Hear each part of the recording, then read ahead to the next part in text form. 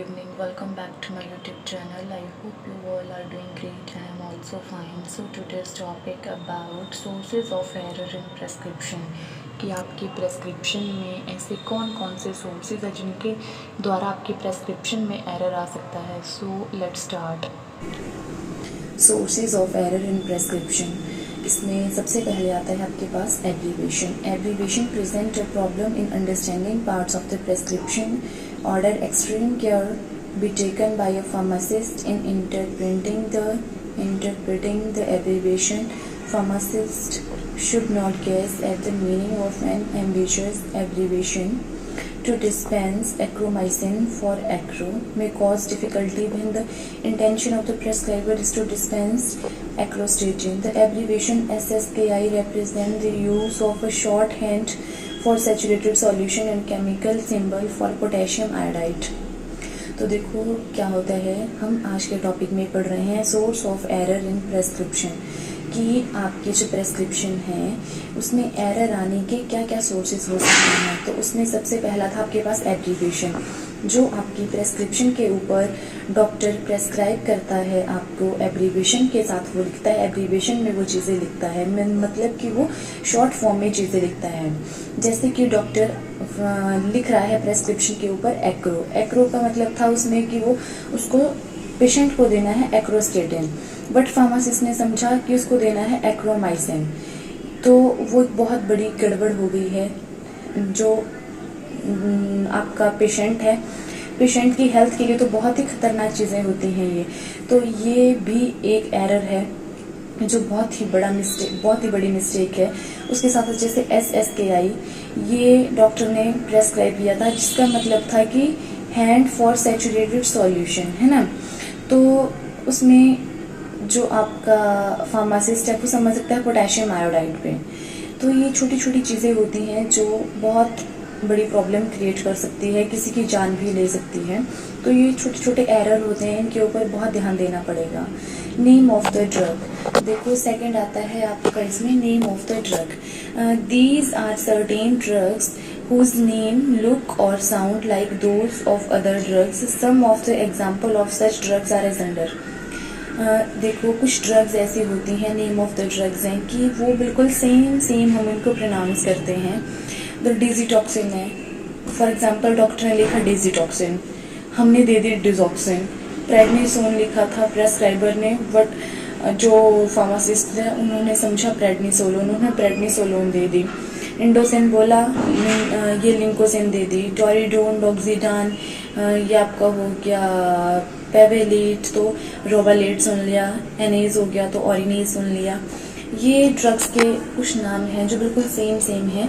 तो इन चीज़ों के ऊपर बहुत ध्यान देना पड़ता है. Name of the pharmaceutical product have been changed on certain occasion due to possible confusion with the name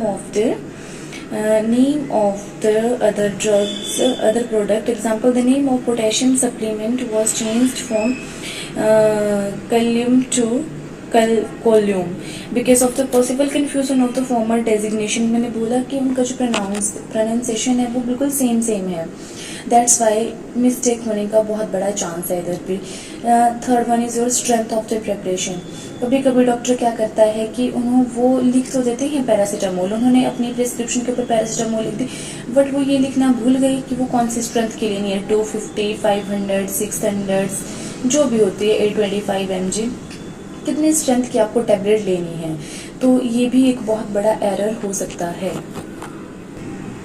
एक आता है आपके पास doses form of the drug prescribed, कि कौन सी डोजेस फॉर्म जो आपका डॉक्टर है वो प्रेस्क्राइब कर रहा है. Many medicine are available in more than one doses form, क्योंकि आपको पता ही है कि जो डोजेस फॉर्म है वो डिफरेंट टाइप्स में हमारे पास अवेलेबल होती हैं. लिक्विड फॉर्म में भी हैं, टैबलेट फॉर्म में भी हैं, कैप्सूल फॉर्म में भी हैं, सुपोजिटरी फॉर्म में भी हैं, और भी बहुत सारे रूट्स होते हैं जिसके थ्रू हम अपने टैबलेट देते हैं. और क्या डोजेस फॉर्म में डिफरेंट अवेलेबल हैं. तो ये भी एक बहुत बड़ा एरर रह सकता है, बहुत बड़ी मिस्टेक रह सकती है. Next one is your dose. तो डोज में क्या होता है, अनयूजुअल हाई और low dose should be discussed with the prescriber. Because क्या होता है कि डोज में मेनली जो इफेक्ट पड़ता है वो पड़ता है पेडियाट्रिक के केस में, जो हमारे बच्चे होते हैं, बच्चों के केस में ज़्यादा. डॉक्टर को उस टाइम भी प्रेस्क्रिप्शन लिखते टाइम भी ये ध्यान देना चाहिए और जो फार्मासिस्ट मेडिसिन दे रहा है, डिस्पेंस कर रहा है, उसको भी डोज में बहुत ही ज़्यादा ध्यान देना चाहिए. यूजुअली हाई और low dose should be discussed with the prescriber. Paediatric doses में present a problem, so pharmacists should consult pediatric posology to avoid any error. Sometimes a reasonable dose is administered too frequently. A prescription for sustained release formulation to be administered after every 4 hours should be thoroughly checked because such dosage forms are usually administered only 2 or 3 times a day. ये भी बहुत बड़ा mistake रह सकती है. देखो dose की कितने टाइम में हमें कितनी डोज लेनी है. Instruction for the patient, patient को जो इंस्ट्रक्शंस देते हैं. The instruction for the patient which are given in the prescription are incomplete और omitted. The quantity of the drug to be taken, the frequency and timing of administration and route of administration should be clearly given in the prescription so as to avoid any confusion. देखो जो prescription होती है उसके ऊपर doctor को instruction लिखनी चाहिए कि ये जो, क्योंकि मैंने पहले भी बताया था कि जब पेशेंट होता है वो डॉक्टर को अपना भगवान मानता है. जैसा एक डॉक्टर बोलता है, भले वो हमें दवाई सही दे रहा है गलत दे रहा है, पर हमें क्या, हमें विश्वास है डॉक्टर के ऊपर कि वो जो भी लिख रहा है वो बिल्कुल सही लिख रहा है. क्योंकि इतने ज़्यादा समझदार तो हम लोग होते हैं नहीं. अगर हम इतने समझदार होते तो हम डॉक्टर के पास ही क्यों जाते. हमें दवाइयों के बारे में नॉलेज नहीं होती है. हम आंखें बंद करके डॉक्टर के ऊपर विश्वास करते हैं कि जो वो मेडिसिन लिख रहा है वो ठीक लिख रहा है. इसलिए जब आप प्रेस्क्रिप्शन कभी भी देते हो तो उस टाइम बहुत ही ध्यान से काम करना चाहिए. जो फार्मासिस्ट होते हैं उनको भी बहुत ही अच्छे तरीके से अपनी मेडिसिन डिस्पेंस करनी चाहिए, तभी पेशेंट को देनी चाहिए.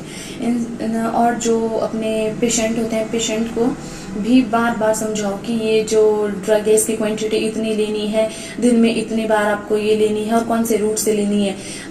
अगर वो आपके देखो इंजेक्टेबल के थ्रू लेनी है, IM IV जैसे भी लेनी है, या ओरली लेनी है, रेक्टल थ्रू हो गया, और भी बहुत रूट्स होते हैं. जिस रूट्स के थ्रू आपको ये जो मेडिसिन लेनी है उस रूट के थ्रू आप ये लेना. पूरी डॉक्टर को, पेशेंट को समझानी चाहिए सारी बातें. Incompatibilities. It is essential to check there are no pharmaceutical or therapeutic incompatibilities in prescribed preparation, and that different medicine prescribed for the same patient do not interact with each other to produce any harm of the patient. देखो क्या होता है इनकॉम्पेटिबिलिटीज में कि जब आप कभी भी किसी भी पेशेंट को टैबलेट या कोई भी मेडिसिन प्रेस्क्राइब कर रहे हो तो उस टाइम ये ध्यान दो कि कोई मेडिसिन एक दूसरे से इंटरेक्ट तो नहीं हो रही है ना, जो आपके पेशेंट के लिए हार्मफुल हो. कुछ एंटीबायोटिक्स ऐसी होती हैं जिसको मील के साथ नहीं लेते हैं, बिकॉज वो क्या करेगी, डिक्रीज करेगी आपके एब्जॉर्प्शन ऑफ द ड्रग को. तो इन सारी चीज़ों का ध्यान रखते हुए ही मेडिसिन देनी चाहिए अपने पेशेंट को.